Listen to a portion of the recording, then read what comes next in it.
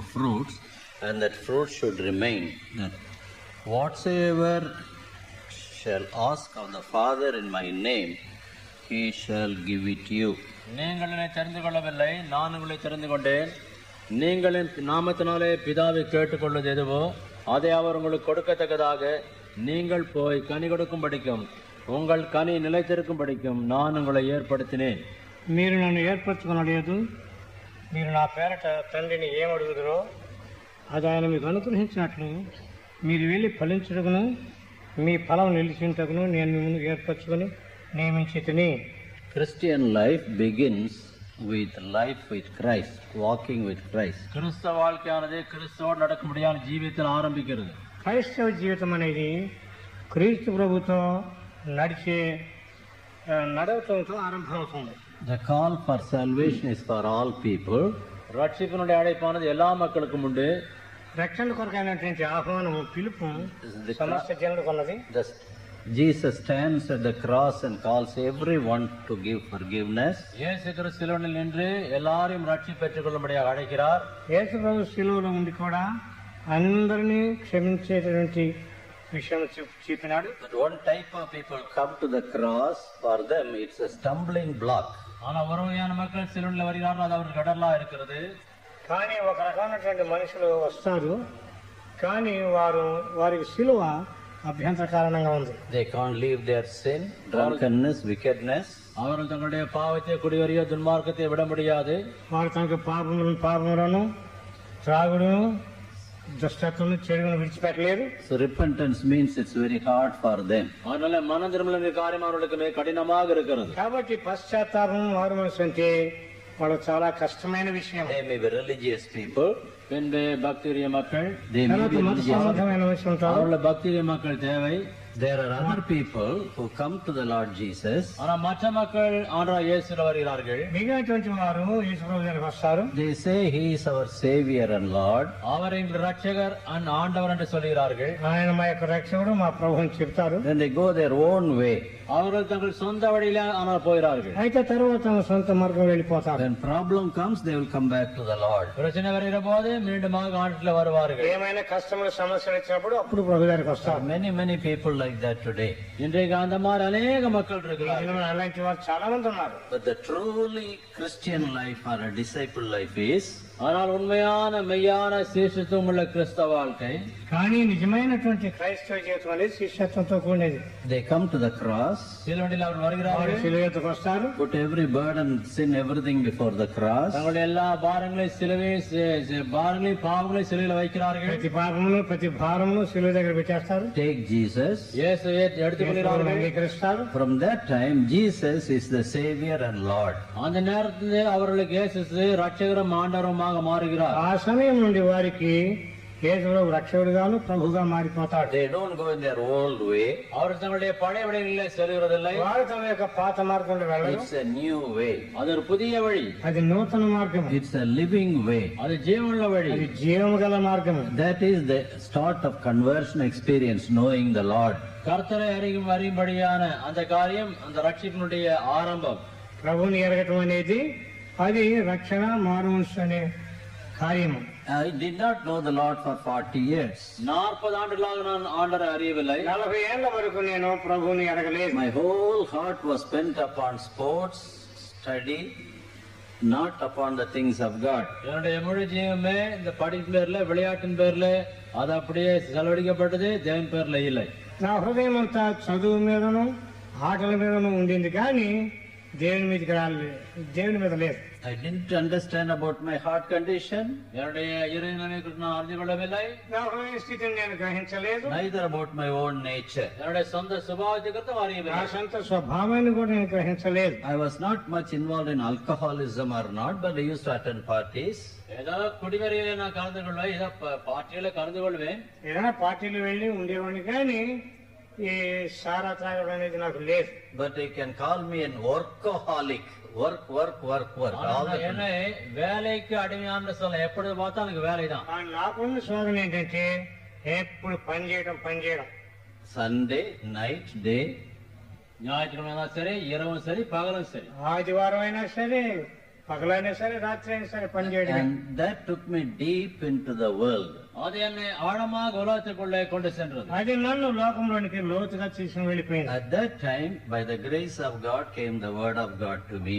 அந்த வேளையிலே தேவனுடைய கிருபையினாலே தேவனுடைய வார்த்தை எனக்கு வந்தது. ఆ సమయంలో దేవుని కృప చేతనే దేవుని వాక్యం నాకు దొరికింది. And I was convicted of my sin. என்னுடைய பாவங்களை குறித்து நான் உணர்த்தப்பட்டேன். నా పాపం గురించి పశ్చాత్తాపం I కలిగింది. confessed my sin. என்னுடைய பாவங்களை அறிக்கையிட்டேன். పాపలను ఒప్పుకున్నాను. And the Lord spoke to me and my wife and the 2 children.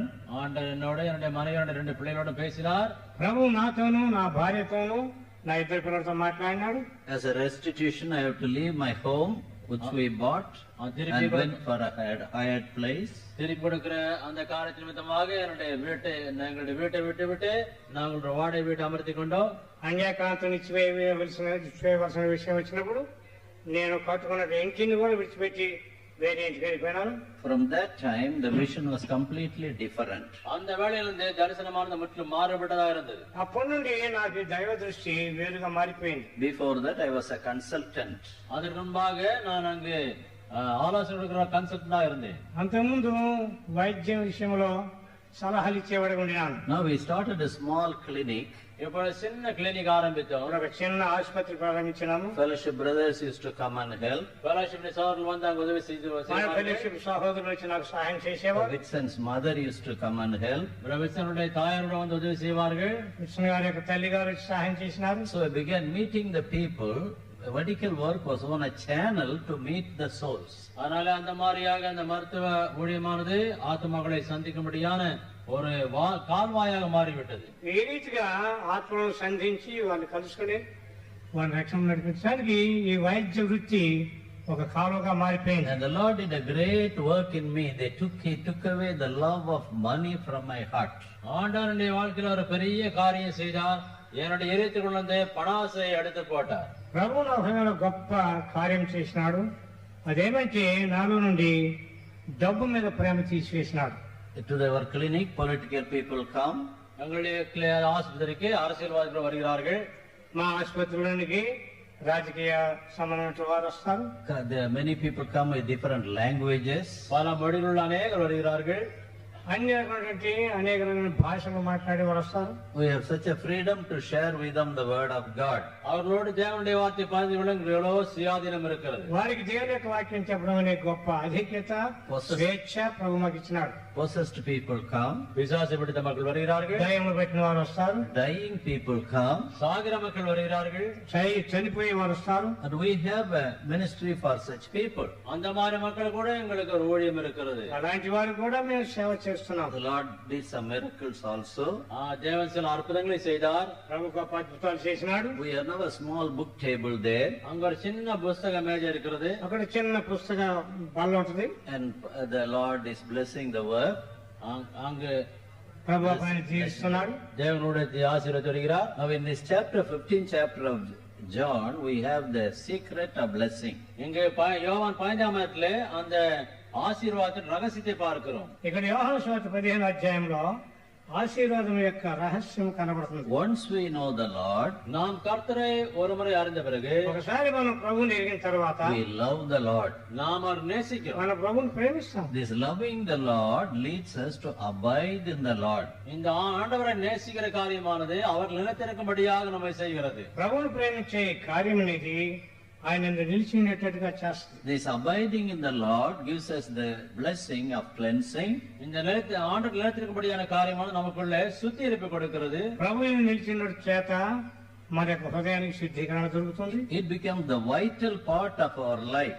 அது நம்முடைய வாழ்க்கையினுடைய மிக முக்கியமான பகுதியாக மாறுகிறது. అది మన జీవితం యొక్క ప్రాముఖ్యమైన విషయంగా మారిపోతుంది. And when this life is radiated through our life, இந்த வெளிச்சமானது நம்முடைய வாழ்க்கை மூலமாக பிரதிபலிக்கிற போது ఈ వెలుగు అనేది మన జీవితం ద్వారా ఇతరులకు ప్రకాశించడం. when you obey the word of God, நீங்கள் தேவனுடைய வார்த்தை கீழ்ப்படுகிற போது నీవు దేవుని యొక్క వాక్యం విధేయుడైనప్పుడు then Lord blesses our ministry and also our testimony. அப்போது தேவன் நம்முடைய ஊழியத்தை நம்முடைய சாட்சியும் ஆசீர்வதிக்கிறார். అప్పుడు ప్రభు మన యొక్క సేవను మన సాక్ష్యాన్ని కూడా So దీవిస్తాడు. first thing is know the Lord. முதலாவது கர்த்தரை அறிந்துகொள். మొట్టమొదటి విషయం ఏంటంటే ప్రభువుని ఎరగండి. It leads us to love the Lord. அதே கர்த்தரை நேசிக்கும்படியாக நடத்துகிறது. అది ప్రభువుని ప్రేమించేలాగా మనల్ని It నడిపిస్తుంది. leads us to abide in the Lord. அதே கர்த்தரை நிலைத்திருக்கும்படியாக செய்கிறது. అది ప్రభువులో నిలిచి ఉండేలాగా మనల్ని And it నడిపిస్తుంది. leads us to obey the Lord. இந்த கர்த்தரை கீழ்ப்படிய செய்கிறது. ప్రభువుకు విధేయమయ్యేలాగా మనల్ని If నడిపిస్తుంది. we obey the Lord, நீங்க கர்த்தரை கீழ்ப்படிகிற போது మనం ప్రభువుకి విధేయమయ్యేటప్పుడు then the Bible says we bear fruits. அப்படி நாம் கனி கொடுப்போம் என்று சொல்கிறது. అప్పుడు మనం ఫలిస్తామని వాక్యం చెప్తున్నాం. Again and again we are hearing that we can do nothing. திரும்ப திரும்ப நம்மால ஒன்றும் செய்ய முடியாது நாம் சொல்லப்பட்டிருக்கிறோம். మనం ఏం చేయలేమని మాటి మాటికి వింటున్నాం. It is surprising, Jesus, the very God, Jehovah, born in the flesh, should say, I can do nothing unless the Father is with me. என்னோட பிதா இல்லாவிட்டா என்னால கூட ஒன்றும் செய்ய முடியாது என்று தேவனாகிய யெகோவாகிய ஆண்டவராகிய இயேசு கிறிஸ்துவே சொன்னதை பார்க்கிறோம். నా తండ్రి చిత్తం లేకుండా నా తండ్రి నేమి చేయలేనని సర్వోన్నతైన దేవుడైన యేసు ప్రభువే చెప్పినారు. So we come to a point where we can do nothing unless the Lord guides us and we obey Him. ஆண்டவர் நம்மை நடத்தி நாம் கீழ்ப்படியாத நிலைமையில நம்ம அவளோடு செய்ய முடியாதுன்னு நாம் பார்க்கிறோம். ప్రభువు నడిపించు మనం ఆయనకు విధేయులు కాకపోతే మనం ఏమి చేయలేం. When we abide in the Lord, நாம் கர்த்தரிலே நிலைத்திருக்கிற போது, మనం ప్రభువునందు నిలిచి ఉన్నప్పుడు, we abide in His love. அவருடைய அன்பில் நிலைத்திருக்கிற போது, ఆయన ప్రేమలో నిలిచి ఉంటాము. That is the fruit of the Spirit in our heart. அதே நம்முடைய இதயங்களில் இருக்கும்படியான ஆவியினுடைய கனி. అదే మన హృదయంలో ఉండేటువంటి ఆత్మ యొక్క ఫలం. That is the radiating life of the Lord Jesus. அது ஆண்டவராகிய இயேசுவினுடைய ஜீவனை பிரதிபலிக்கும்படியான காரியம். అది క్రీస్తు ప్రభు యొక్క జీవమును ప్రతిఫలింపజేస్తుంది. When the disciples preach the word, the Bible says the word of God increased and prevailed. சீஷர்கள் தேவனுடைய வார்த்தை பிரசங்கிக்கும்போது தேவனுடைய வார்த்தை பரவி அது வியாபித்து என்று பார்க்கிறோம். శిష్యులు దేవుని యొక్క వాక్యం ప్రకటించినప్పుడు, மேற்கொண்டது என்று பார்க்கிறோம். శిష్యులు దేవుని యొక్క వాక్యం ప్రకటించినప్పుడు దేవుని యొక్క వాక్యము ఫలించి అభివృద్ధి పొంది జయించింది. So when the word of God overcomes our life, prevails in our life, தேவனுடைய வாழ்க்கை நம்முடைய வாழ்க்கையை மேற்கொள்ள, தேவனுடைய வார்த்தை நம்முடைய வாழ்க்கையை மேற்கொள்ளும் போது, దేవుని యొక్క వాక్యం మనలో ఫలించి అభివృద్ధి పొంది జయించేటప్పుడు, then the souls increase. அப்பொழுது ஆத்மாக்கள் பெறுகிறார்கள். అప్పుడు ఆత్మలు ఎక్కువైపోతారు. Many people come to the obedience of faith. அநேகர் விசுவாசத்தின் கீழ்ப்படிதலுக்கு வருகிறார்கள். అనేక మంది విశ్వాసములకు విధేయతలోకి వస్తారు. Then the Bible says we glorify the Father. நாம் பிதாவை மகிமைப்படுத்துகிறோம் என்று பைபிள் சொல்கிறது. మనం తండ్రిని మహిమపరుస్తామని వాక్యం చెప్తుంది. 15th chapter 8th verse. 15వ అధ్యాయం 8వ వచనం. 15వ అధ్యాయం 8వ వచనం. Herein is my Father glorified, you bear much fruit. நீங்கள் மிகுந்த கனிகளை கொடுப்பதனால் என் பிதா மகிமைப்படுவார். మీరు బహుగా ఫలించడం వలన నా తండ్రి మహిమపరచబడును. And you shall be my disciples. நீங்கள் என் சீஷராயிருப்பீர்கள். ఇందువలన మీరు నా శిష్యులవుతారని. So fruit bearing in our life is radiating. நம்முடைய வாழ்க்கையில கனி கொடுப்பது அது பிரதிபலிக்கும்படியான காரியம். కాబట్టి మన జీవితంలో ఫలించడం అనేది ప్రకాశిస్తూ ఉంటది. In 1920s there was a young girl in England, 14 years she was converted. 1920ஆம் ஆண்டிலே இங்கிலாந்திலே ஒரு பெண் 14 வயது ரட்சிக்கப்பட்டார். 20వ సంవత్సరంలో ఒక అమ్మాయి ఇంగ్లాండ్ లో ఉండింది. 14 వయసులో రక్షణ పొందింది. Her home was a home of godly parents. அவருடைய குடும்பம் தேவபக்தியுள்ள பெற்றோருடைய குடும்பமா இருந்தது. ఆమెకు దైవభక్తి అయినటువంటి తల్లిదండ్రులు ఉన్నారు. Christ was the center. கிறிஸ்துவே மையமா இருந்தார். క్రీస్తు కేంద్రంలో ఉండినాడు. They were praying people. ஜெபிக்கிற மக்களா இருந்தார். ప్రార్థించేవారు వారు. And she was converted when she was 14. 14 வயதுல அந்த பெண் ரட்சிக்கப்பட்டார். 14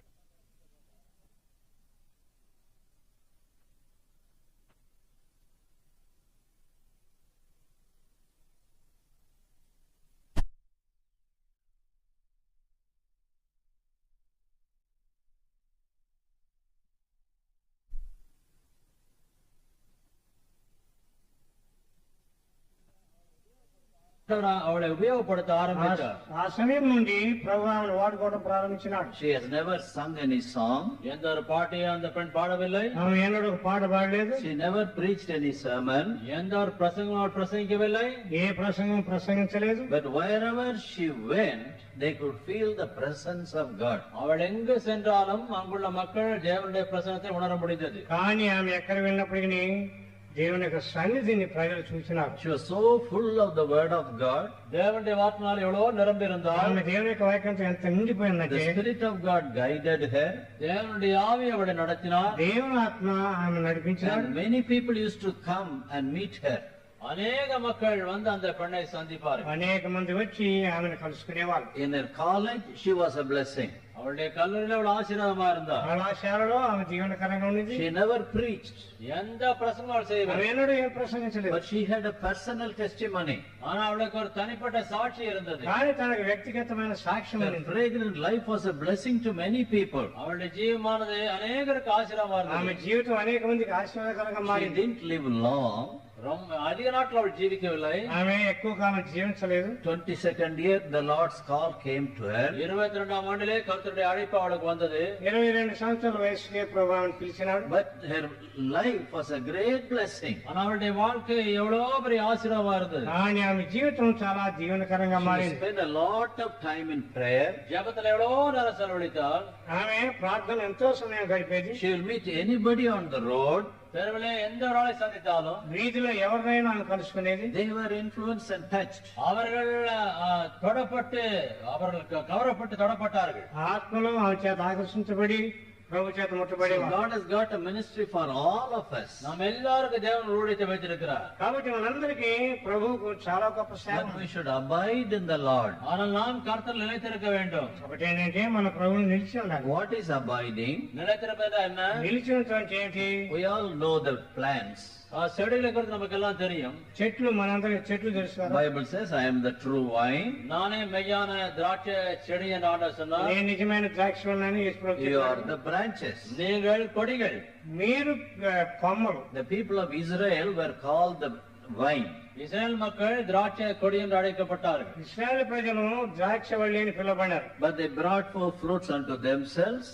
ஆனால் அவர்கள் தங்களுக்கென்று கனிகளை கொடுத்தார்கள். కానీ తమ కొరకే ఫలం ఫలించుకున్నారు. They brought bitter fruits. அவர்கள் கசப்பான பழங்களை கொடுத்தார்கள். చేదైన పండ్లు కాసినారు. So the Lord was weeping over them. அதனால தேவன் அவர்களை குறித்து அழுதார். అని చేత వారి విషయం ప్రభు And ఏడ్చున్నాడు. the Lord said, ஆண்டவர் ప్రభు ఏం சொன்னார், చెప్పినంటే I am the true vine. நானே மெய்யான திராட்சை செடி. నేనే నిజమైన ద్రాక్షవల్లి. I am is the name God revealed to Moses as Jehovah.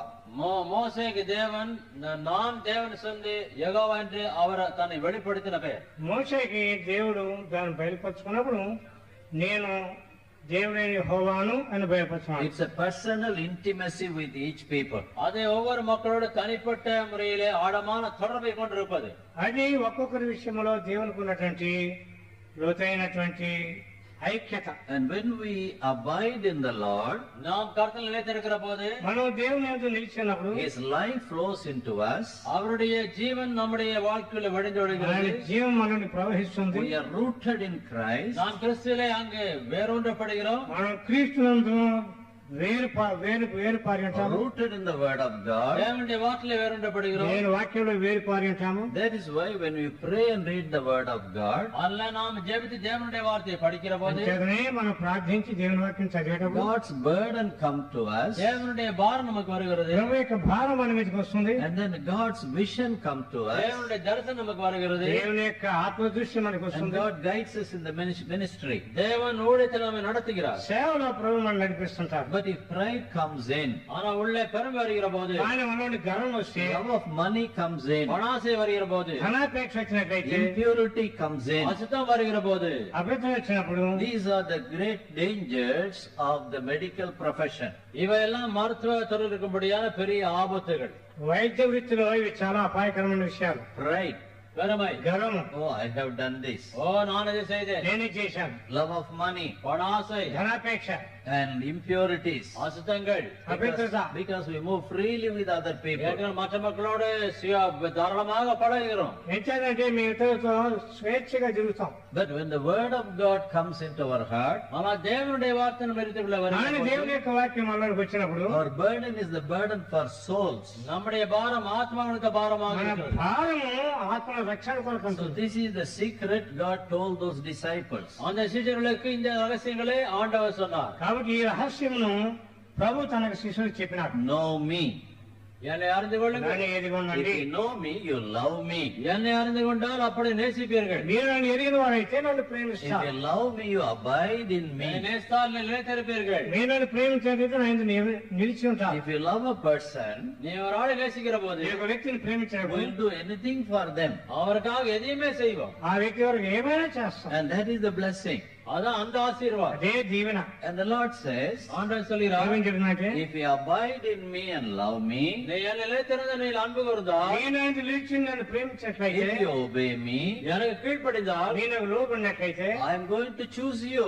நான் உங்களை தெரிந்து கொள்ள போகிறேன். నేను ఎన్నుకుంటాను. I'll anoint you. உங்களை அபிஷேகம் பண்ணுவேன். మిమ్మల్ని అభిషేకిస్తాను. Go and bring forth fruits. நீங்கள் போய் கனிகளை கொண்டு வரும்படியா. మీరు వెళ్లి ఫలించినట్టుగా చేస్తాను. If there is no fruits, God says He will cut it away. கனி எதுவும் இல்லாவிட்டால் வெட்டி போடுவேன் தேவன் சொல்கிறார். ఫలించిన చెట్టుని దేవుడు అంటాడు నరికేస్తా అంటాడు. God says if there is few fruits, God will cleanse us, purify us, purge us. கொஞ்ச கனி இருந்தால் ஆண்டவர் சுத்திகரித்து பரிசுத்தப்படுத்துவார். కొంచెం ఫలించినప్పటికీ ప్రభు ఆ చెట్టుని ఆ తీగను శుద్ధీకరిస్తాడు, ఫలించేట్టు చేస్తాడు. One of the fruit is our life, a fragrant life flowing through us.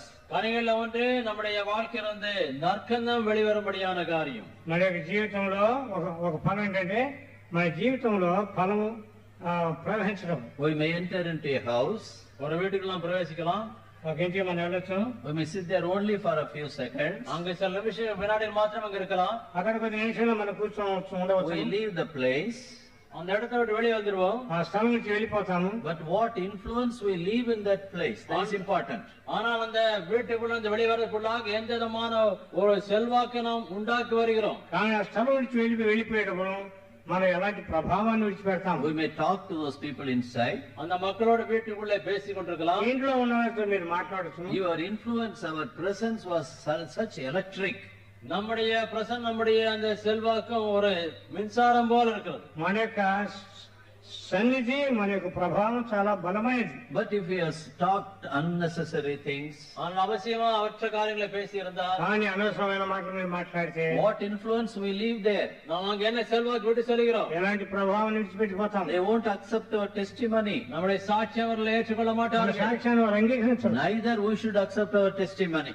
நாம நம்முடைய சாட்சியை ஏற்றுக்கொள்ள கூடாது. మనం కూడా మన సాక్ష్యాన్ని We అంగీకరించకూడదు. should go before God and repent.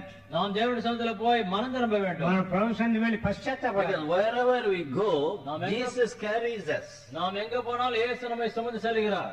మనం ఎక్కడ వెళ్ళినప్పుడు ఈ ప్రభు మనం మోసుకుని వెళ్ళిపోతాడు. God says the power that works in you more than what we could ask or think. உங்களே கிறிஸ்துவினுடைய வல்லமையானது நீங்க கேட்பதற்கு நினைப்பதற்கு மேலான காரியமா இருக்கிறது. మీరు క్రియ చేసే శక్తి అనేది మీరు ఊహించలేనంత గొప్పదని చెప్పినాడు ప్రభు. And if you turn for a moment to Ephesians 4th chapter, எபேசியர் 4 நிமிஷம் நீங்கள் பார்க்கலாம். 4వ అధ్యాయం చూడండి.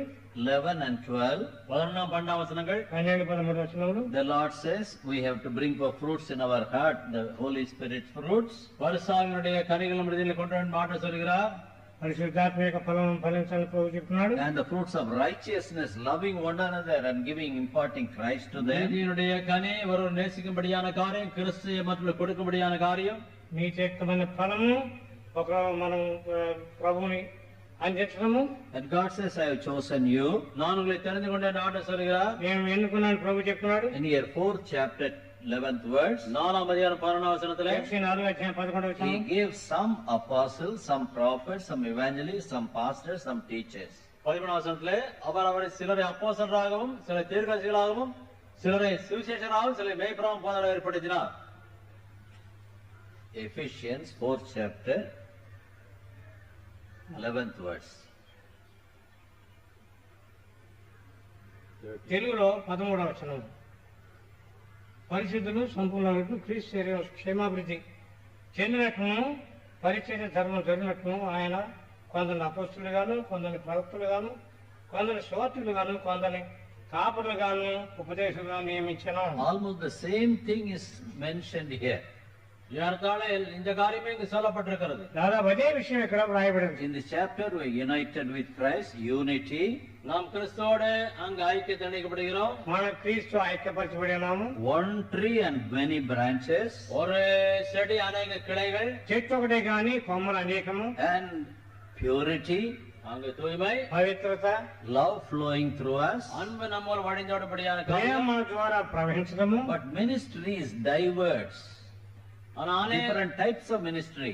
அநேக விதமான ஊழியங்கள். కానీ సేవ అనేది అనేక విధానములుగా ఉంటుంది. They are saints gifted with many types of work.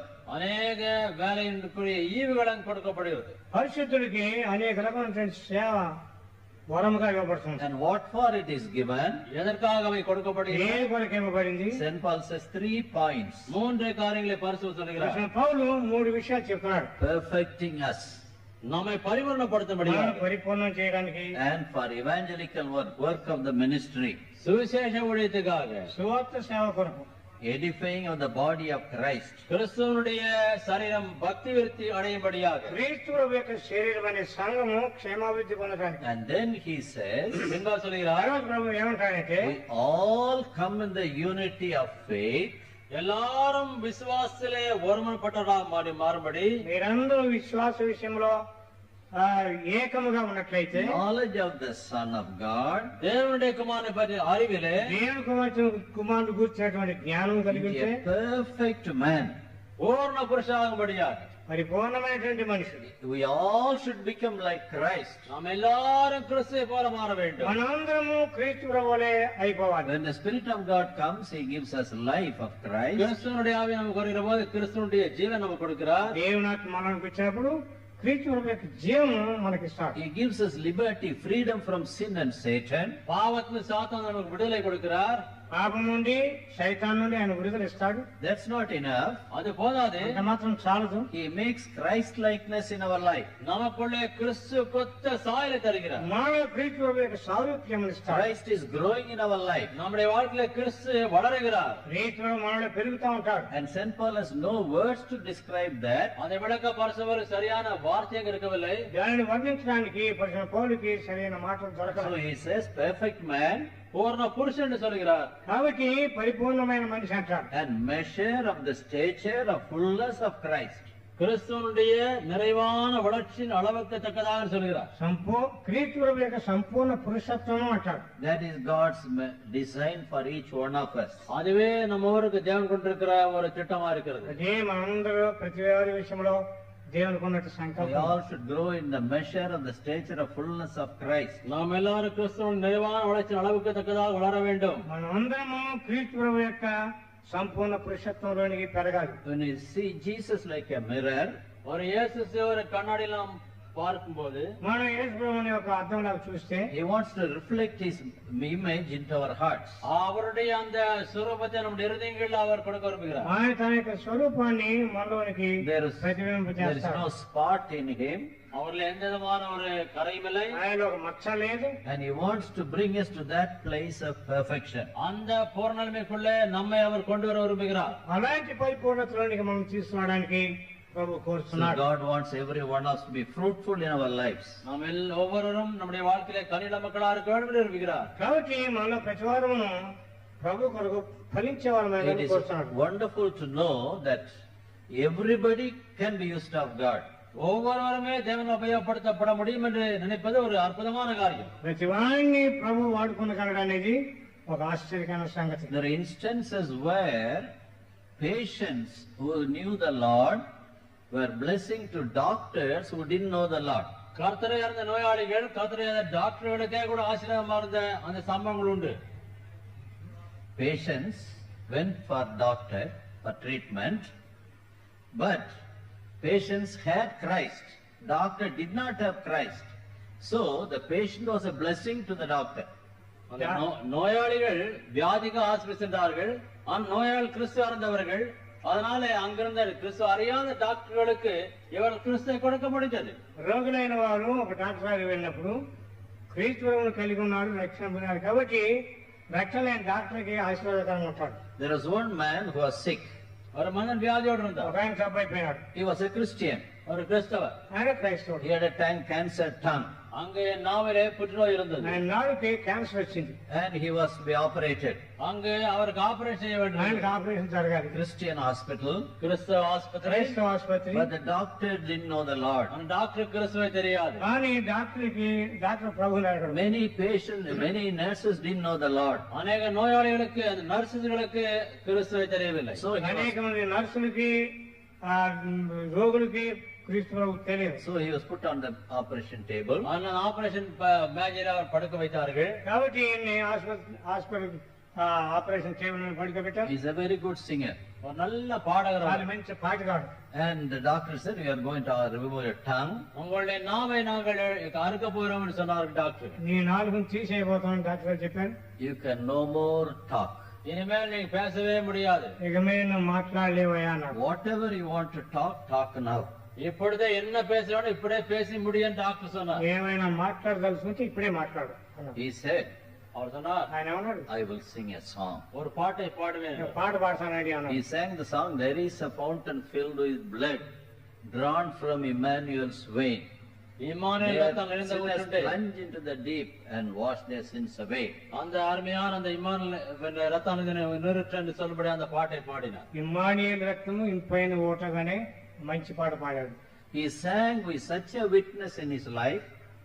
தன்னுடைய வாழ்க்கையிலே எவ்வளவு சாட்சியுள்ள உணர்வோடு அதை பாடினார் என்றால், తన జీవితంలో ఉన్నటువంటి మంచి సాక్ష్యం ద్వారా పాడాడు. That nurses and others having ready for operation, they started weeping. ஆபரேஷனுக்காக ரெடியாக நர்சுகள் கூட அங்க ஆட ஆரம்பித்து விட்டார்கள். ఆపరేషన్ చేయడానికి సిద్ధపడుతున్న డాక్టర్ నర్సులు పశ్చాత్తాపడి They said, we are not going to operate you. நாங்கள் உனக்கு ஆபரேஷன் செய்ய போறதில்லை என்றார்கள். ఏడ్చి ఇక నీకు ఆపరేషన్ జరగలేమని. You are dying. நீ சாக போயிறாய், చనిపోతున్నావు. You have a joy. உனக்கு ஒரு சந்தோஷம் இருக்கிறது. నీ సంతోషం ఉంది. We are living. நாங்கள் உயிரோடு నేను இருக்கிறோம். జీవిస్తున్నాం. We don't have the joy. ஆனா எங்களுக்கு அந்த சந்தோஷம் இல்லை. నీకున్న సంతోషం What మాకు is లేదు. the secret?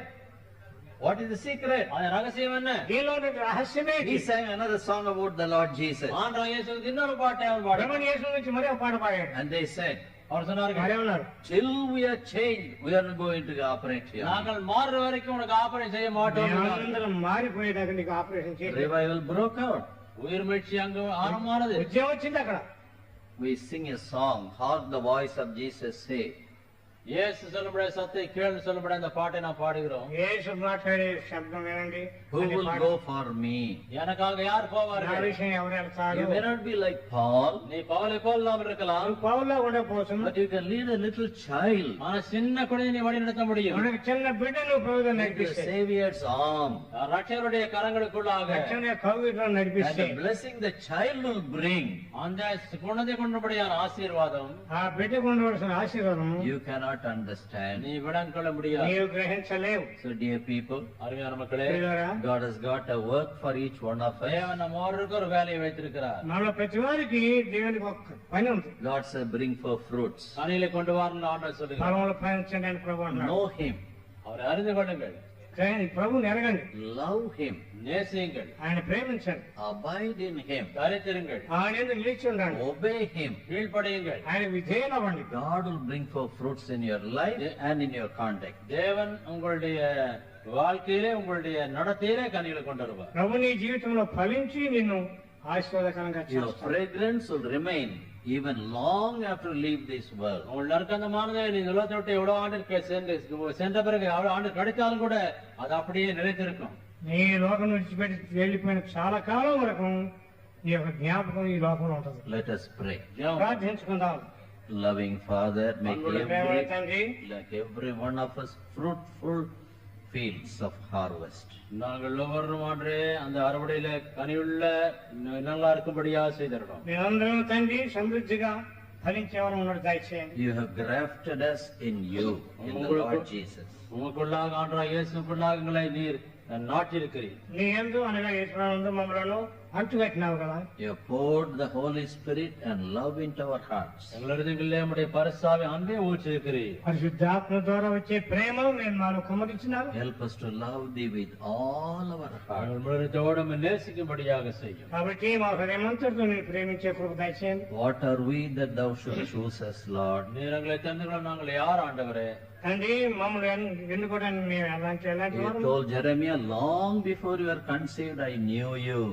ஆண்டவரே நீ கர்ப்பந்தரிக்கு முன்பாக உன்னை அறிந்தேன் என்று எரேமியாவுக்கு சொன்னீர். I ordained you. உன்னை அபிஷேகம் பண்ணியிருக்கிறேன். నేను మిమ్మల్ని ఎన్నుకున్నాను, మిమ్మల్ని అభిషేకించాను. So each one of us have got a ministry. எங்கள் ஒவ்வொருக்கும் ஒரு ஊழியம் இருக்கிறது. కాబట్టి మాలో ప్రతి వారికి ఆ సేవ ఉన్నది. In the place where you have kept, help us to be faithful. நீர் எங்களை வைத்திருக்கிற இடங்களிலே நாங்கள் உண்மையுள்ள மக்களா இருக்கும்படியாக செய்யும். మీరు ఉంచే స్థలంలో నమ్మకం ఉన్నట్టు దయచేయండి. That God the Father may be glorified. பிதாவாகி தேவன் மகிமைப்படும்படியாக. తండ్రి అయిన దేవుడు మహిమపరచమన్నట్టు. That Jesus may be lifted up. இயேசு கிறிஸ்து உயர்த்தப்படும்படியாக. యేసు ప్రభువు మహిమపరచమన్నట్టు. Hear our prayer. எங்கள் ஜெபத்தை మా கேளும். ప్రార్థన ఆలకించండి. In Jesus' name. இயேசுவின் நாமத்திலே యేసు పరిశుద్ధ నామమున తండ్రి. Amen. ఆమేన్.